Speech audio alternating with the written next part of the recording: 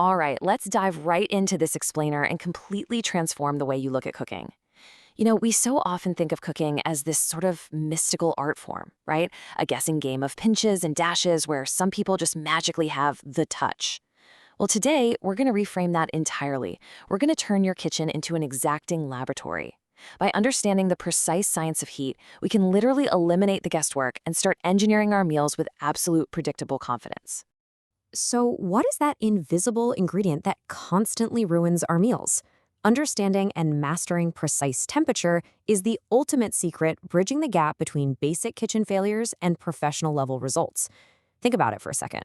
How many times have you followed a recipe's ingredients perfectly only to end up with a burnt crust or a completely soggy middle? The invisible ingredient you missed was the exact degree of heat. The pros? They don't guess, they measure. And when we start treating thermal energy as a tangible ingredient that we can actually measure and manipulate, our culinary possibilities absolutely explode. Here is our roadmap for today's kitchen laboratory. First, the engine of heat. Second, the transformation of sweets. Third, the breaking point. And finally, mastering your kitchen lab. Let's start with section 1, the engine of heat. If you've ever tried to simmer a really delicate sauce on an induction stove, you've probably heard a pretty strange pulsing behavior. It goes click, buzz, silence, click, buzz. It's turning itself entirely on and then entirely off. Why on earth wouldn't it just give you a continuous, gentle, low heat like a gas flame does? Well, the answer comes straight from electrical engineering. As engineers point out, reducing continuous power through something like a resistor is wildly inefficient because it wastes that blocked energy as excess, unwanted heat right inside the appliance. Instead, it is vastly more efficient, we're talking over 99% efficient here, to just rapidly pulse the main power switch on and off. The stove relies on the thermal mass, the actual heavy metal of your cooking pan, to hold and smooth out that heat, so your pan naturally averages out those bursts of high energy into a perfectly gentle simmer. It's a brilliant, cost-effective design that saves a ton of energy. Moving right along to section 2, the transformation of sweets. As sugar syrup boils and water evaporates, the temperature climbs, and the concentration of sugar changes absolutely everything. Just think about how incredibly tight these temperature windows are. At 235 degrees Fahrenheit, you get the softball stage, which is perfect for creamy fudge. But leave it on the heat just a tiny bit longer. Actually, wait, just 15 degrees longer until it hits 250, and you've entered the hardball stage, which gives you the chewy texture of gummies. Jump up to 300 degrees, and you're making rock-hard lollipops. A difference of just 5 or 10 degrees completely alters your outcome from a chewy delight to a shattered tooth. The difference here really all comes down to pliability. If you drop a bed of sugar syrup into cold water at the 270-degree soft crack stage, those threads will bend slightly in your fingers before they break. That's exactly what you want for taffy.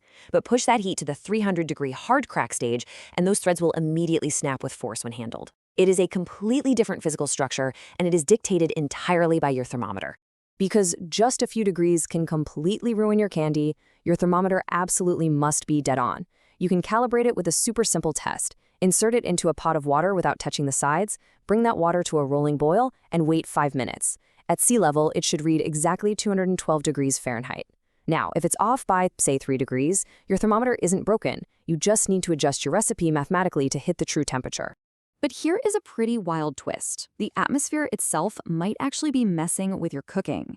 If you live in a place like Denver, Colorado, atmospheric pressure fundamentally changes how water boils. For every 1,000 feet you are above sea level, you are required to subtract 2 degrees Fahrenheit from your target candy temperatures. If you don't account for the literal weight of the sky above you, your caramel is going to be ruined before you even start. Now, when we move from sugar to chocolate, we find what is arguably the ultimate precision heat exercise. The experts at Calibot perfectly define tempering as pre-crystallizing the cocoa butter to ensure it becomes hard and shiny. Have you ever melted a chocolate bar, let it cool, and found it look dull, streaky, and just kind of soft? That's because the cocoa butter crystals formed haphazardly.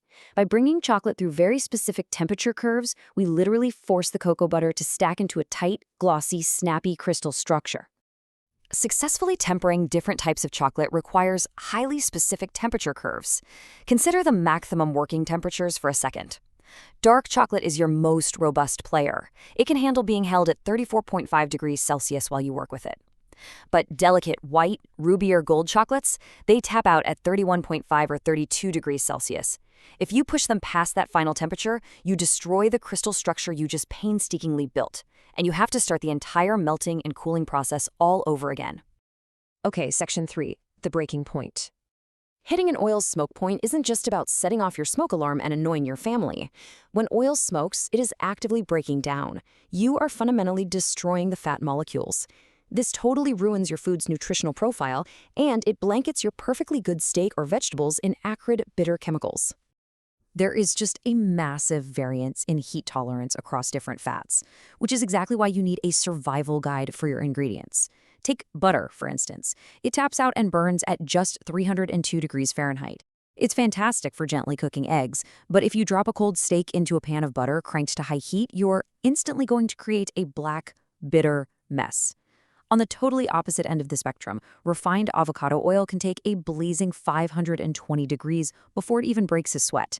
That is your absolute armor when you want an extreme, crusty sear on a piece of meat without creating a giant smoke cloud in your kitchen. So, how does this actually map out to your daily cooking? Notice how rarely we actually need to use maximum heat. A stir fry happens beautifully around a medium, 240 degrees to get that pan dryness without burning everything. Deep frying crispy chicken requires high heat, sure, but still only around 390 degrees. Knowing these target zones means you finally stop twisting the dial blindly and hoping for the best, and you start dialing in the exact environment your food needs to thrive. Which brings us to our final section, mastering your kitchen lab. By embracing precise measurements and understanding the real mechanics of heat, you stop blindly following recipes and simply crossing your fingers. Think about how incredibly liberating that is.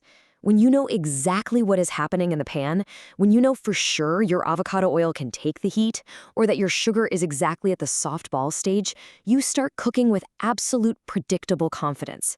You become the master of the laboratory. So I want to leave you with this question. Will you continue letting the invisible force of heat control your meals, or will you command the exact degrees to unlock your total culinary freedom? It's really time to ditch the guesswork, guys. Grab a high-quality thermometer and start treating your kitchen like the fascinating, exacting laboratory it truly is. Thanks so much for joining me on this explainer, and happy cooking.